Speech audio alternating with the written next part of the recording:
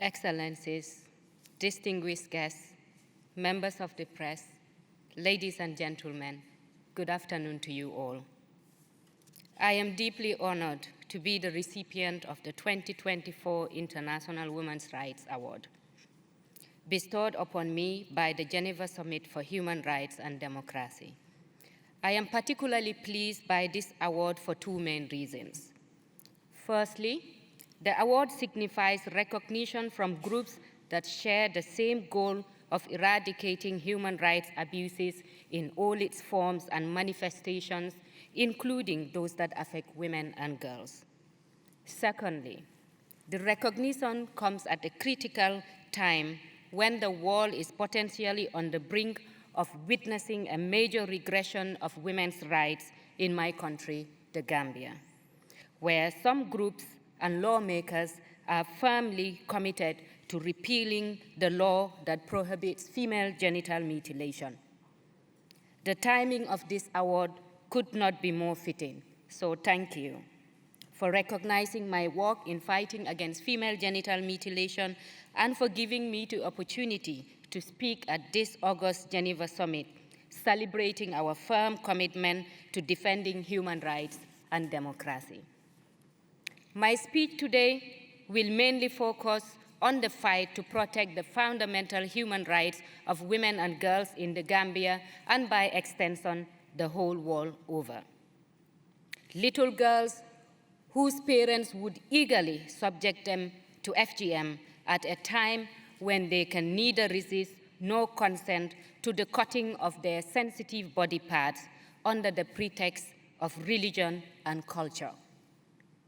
Let me underline at this point that female genital mutilation violates the rights of women and girls. By its nature, FGM is a form of gender-based violence committed on innocent, defenseless infants as young as 1 week old. I was just 8 years old when I was subjected to female genital mutilation. I still remember the day when I was taken to my oldest uncle's house together with at least 10 other young girls from my family in the pretext of going to a party to celebrate us.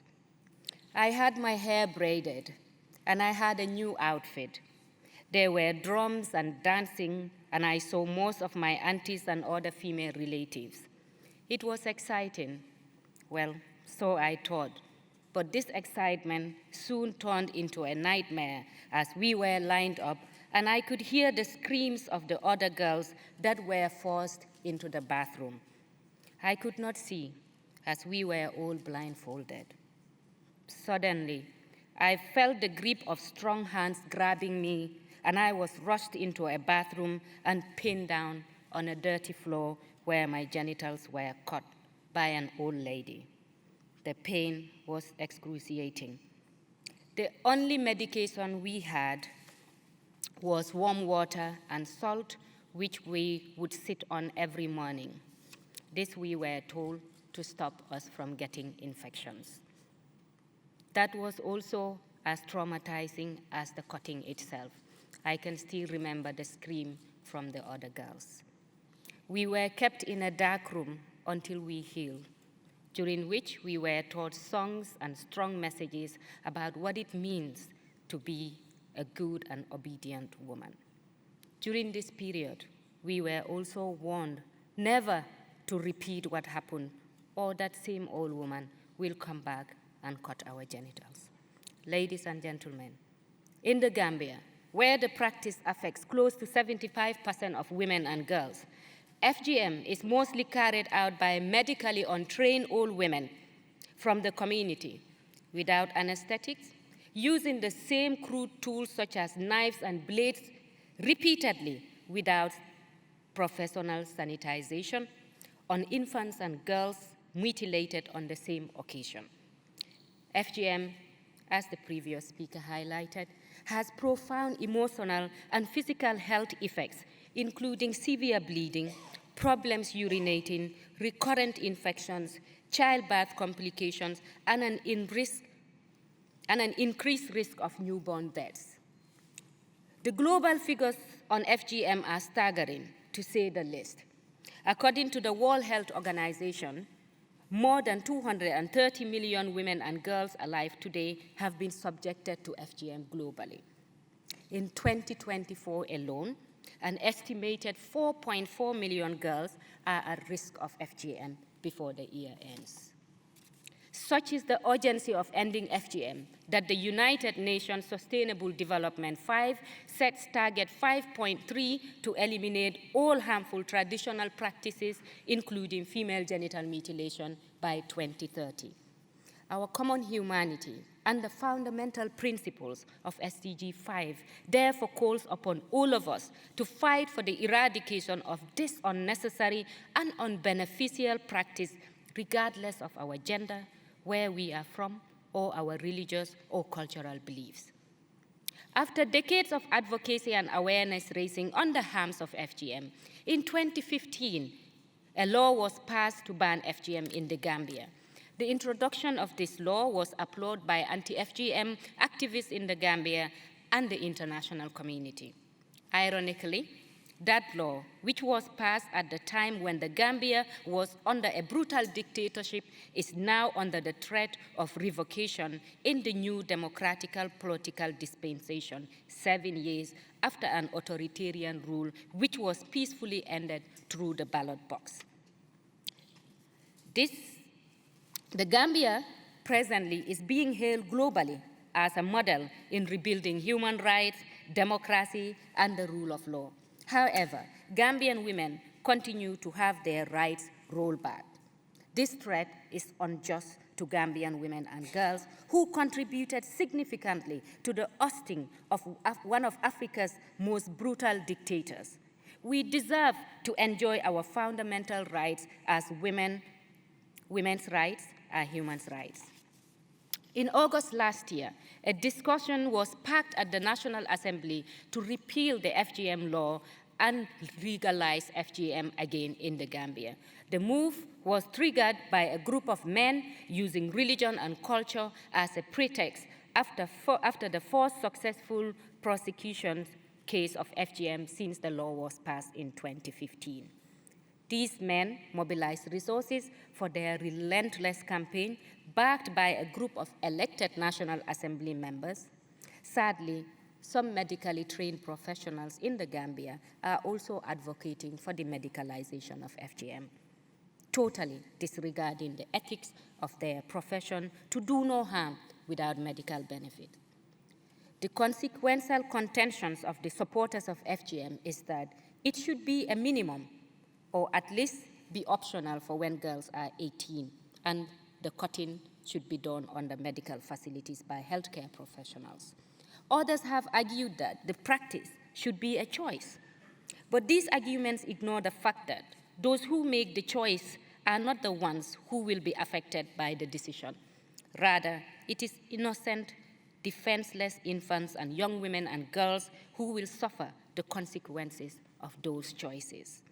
Besides, giving parents the right to make decisions that are proven to be harmful to the health of children totally erodes the fundamental spirits of law, which is to protect the welfare of citizens, more so in the case of infants and little girls. I have no doubt in my mind that without the intervention of civil society organizations like Women in Liberation and Leadership, the organization I founded and lead, and other grassroots CSOs, the chances of the bill quietly going through would have been very high. Many of the CSOs in the Gambia that stood up against the anti-FGM bill are led by women who are themselves FGM survivors. The bill was voted to be handled by a special committee of MPs at the National Assembly, which is tasked to gather evidence on the pros and consequences of FGM and submit a report of their findings to guide National Assembly members when the bill is tabled for voting in June 2024. Evidently, repealing the FGM law of the Gambia will directly contrive all the international and regional treaties that the country is a signatory to, such as the Convention on the Elimination of All Forms of Discrimination Against Women, the Convention on the Rights of the Child, and the Maputo Protocol on the Rights of Women in Africa. It will set a dangerous precedent for the rest of the world as the first case where a law to protect innocent infants and girls is repealed. The main argument of the opponents and supporters of the practice of FGM are based on religion and culture. However, it is well established that the literature that FGM predates Islam, and there is no evidence in the Holy Quran that FGM is recommended for Muslim girls. Needless to say, those men who preach culture, heritage as a reason for continuing the practice are all too eager to take advantage of the benefits of the modern world, which are ever so often totally different from the way previous generations have lived. In other words, they would happily embrace cultural changes that benefit them personally, yet they want to uphold a traditional practice that has been scientifically proven to harm women and girls and has no health benefits. The notion that fighting FGM is some kind of Western ideology is a baseless propaganda tool propagated to cloud the minds of people who do not have access to that data and factual information on the harmful effects of FGM. It has no merits whatsoever. However, they might be taking that path to undermine and disempower us, the activists and civil society organizations. The unfortunate reality is that the practice of FGM is widely supported in sections of our society, particularly in rural communities. Women who have been subjected to FGM themselves should know the dangers associated with it. However, they are often blinded by the patriarchal, societal gender norms and fear invented by the deliberation and misinterpretation of their religion. The latter is quite significant in the Gambia, where most of the population are Muslims. However, FGM is also practiced among Christians in some ethnic groups. Consequently, policymakers and politicians are using FGM as a political tool. Breaking the intergenerational cycle of FGM, therefore, requires interventions at different levels, the international, the national, and at the community level. Since the bill was tabled early this year, Gambian CSOs are, and mostly women-led, are working around gender equity and equality, have come together to advocate for the FGM law to stay.